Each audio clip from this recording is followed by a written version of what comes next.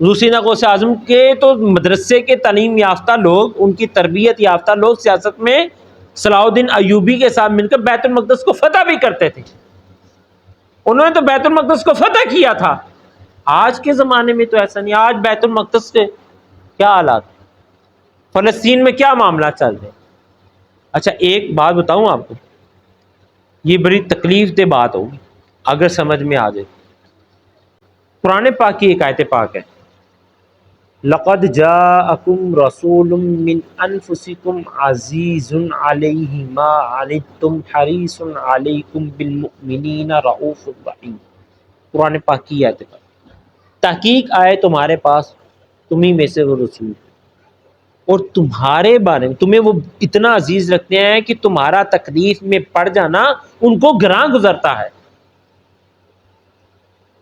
حضور کو وہ آپ کو اتنا عزیز رکھتے ہیں، اپنی امت کو اتنا عزیز رکھتے ہیں، اتنی محبت اپنی امت سے کرتے ہیں کہ امت کا تکلیف میں پڑ جانا حضور کو گراں گزرتا ہے، انہیں تکلیف ہوتی ہے اس بات سے.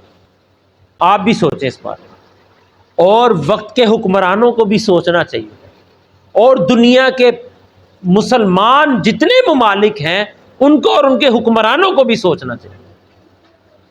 ان کو بھی یہ سوچنا چاہیے، ان کے لیے بھی فکر، یہ فکری بات ان کے لیے بھی ہے کہ وہ بھی اس چیز پہ غور کریں کہ حضور علیہ السلام کے ذات پاک کے پاس ہر روز کا عمل پیش ہوتا ہے، اور حضور اپنی امت کے حالات کو جانتے ہیں. حضور کے پاس آپ کی امت کے حالات پیش کیے جاتے ہیں. کیا فلسطین کے جو مسلمان شہید ہو رہے ہیں ان کے حالات پیش نہیں ہو رہے؟ اچھا آپ جن آنکھوں سے، ظاہری آنکھوں سے سینکڑوں بچوں کی لاشیں دیکھ رہے ہیں، آپ تو ٹی وی پہ دیکھ رہے ہیں نا، یہاں بیٹھ کر ٹی وی پہ دیکھ رہے ہیں، موبائل میں، سوشل میڈیا میں دیکھ رہے ہیں کہ بچوں کی لاشیں پڑی ہیں اور مختلف حالت میں پڑی ہیں، مختلف حالت میں. کیا بتاؤں حالتیں ان کی شہادتوں کی، آدھا ساری نہیں ہے، ٹانگیں بازو نہیں ہے، اتنا حصہ ہے نہ سر ہے نہ ٹانگیں ہے نہ بازو ہے. یہ ساری حالتوں میں بچوں کی شہادتیں حضور کے سامنے ایسے رکھی ہوں، حضور کے سامنے رکھی ہوں، اور حضور سے فرشتے کہیں یا رسول اللہ آپ کی امت کی یہ جوان، آپ کی امت کے یہ بچے شہید ہوئے ہیں بیت المقدس کے لیے، اور مسلمانوں کے 55 ممالک ہیں لیکن کوئی ان کی مدد کو نہیں چاہ رہا. پتہ ہے حضور کو کیا تکلیف؟ سب سے پہلی تکلیف حضور کو یہ ہے کہ میری امت یہ کر کیا رہی ہے. حضور علیہ السلام کو یہ تکلیف ہے کہ بچوں کی شہادتیں دیکھتے ہیں. یار وہ رسول ہیں جنہوں نے دنیا میں آتے وقت پہلا سجدہ کیا تو خالق کائنات کی بارگاہ میں پتہ کیا جملہ فرمایا تھا؟ وَمَا رَبِّ حَبْ لِي أُمَّتِي. جب معراج میں خالق کائنات کے محبوب نے سفر کیا اور رب کی بارگاہ میں پیش ہوئے تو عرض کی یا اللہ تحائف تو دیے، میری امت کے لیے کیا ہے؟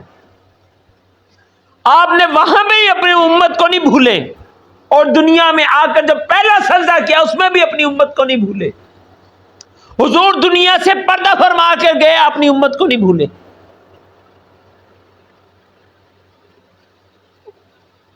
امت بھول گئی، امت بھول گئی اس بات کو کہ ہم نے کل حضور کے سامنے بھی پیش ہونا ہے. امت بھول گئی اس بات کو کہ فلسطین کے شہداء کا سوال کیا جائے گا تو اس کا کیا جواب دینا ہے. کل جب رسول اللہ کی بارگاہ میں پیش ہوں گے، یا رسول اللہ ہم آپ کے غلام، آپ کی امتی ہیں، آپ کا کلمہ گو ہیں، حضور کہیں گے بتاؤ جب فلسطین میں میرے امتی شہید ہو رہے تھے تمہارا کیا کردار تھا؟ کیا تمہارے پاس جدید اسلحہ نہیں تھا؟ کیا تمہارے پاس قوت نہیں تھی ان کے تحفظ کی؟ ان کی حفاظت کے لیے تمہارے پاس طاقت نہیں تھی؟ وہ جو میری امت کے بچے شہید ہو رہے تھے بم کے ساتھ، بتاؤ تم نے اس کے لیے کیا کیا تھا؟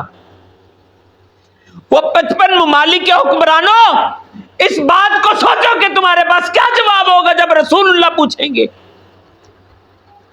اور اگر 55 ممالک کے حکمران اور ان کے لوگ جو آج اس بات کے لیے نہیں نکلتے اور اپنی حکمرانوں کو مجبور نہیں کرتے فلسطین کی مدد کے لیے، اگر ان امتوں سے، ان لوگوں سے حضور نے چہرہ پھیر لیا تو کیا کرو گے؟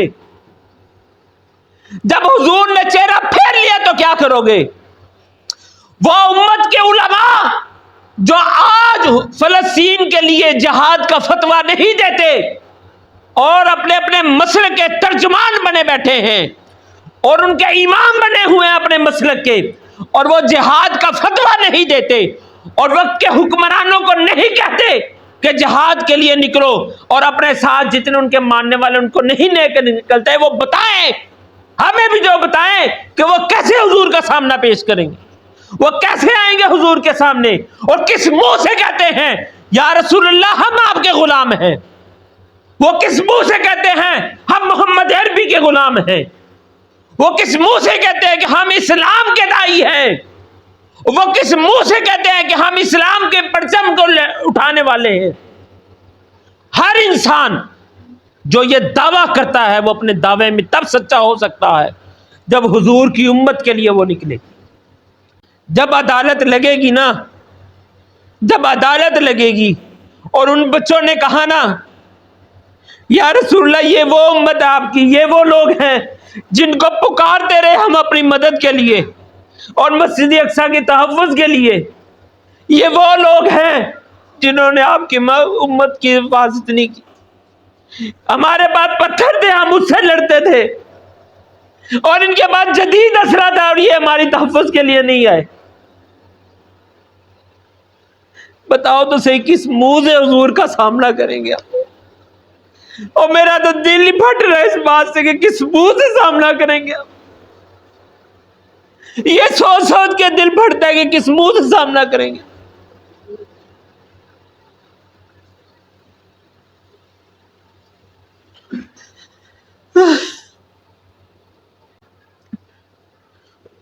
حضور کی امت میں وہ باحیا عورتیں،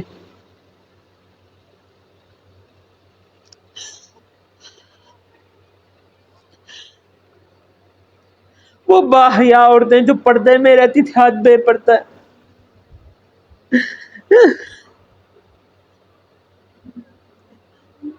وہ جو گھر کی چار دیواری میں زندگی بسر کرتی تھی اور اپنے اللہ کو اور اپنے رسول کو راضی کرتی تھی، مجھے بھی تو بتاؤ کہ مسلمان وہ کیا کریں گے؟ کیا کل ہم ان کے جواب دے نہیں ہیں؟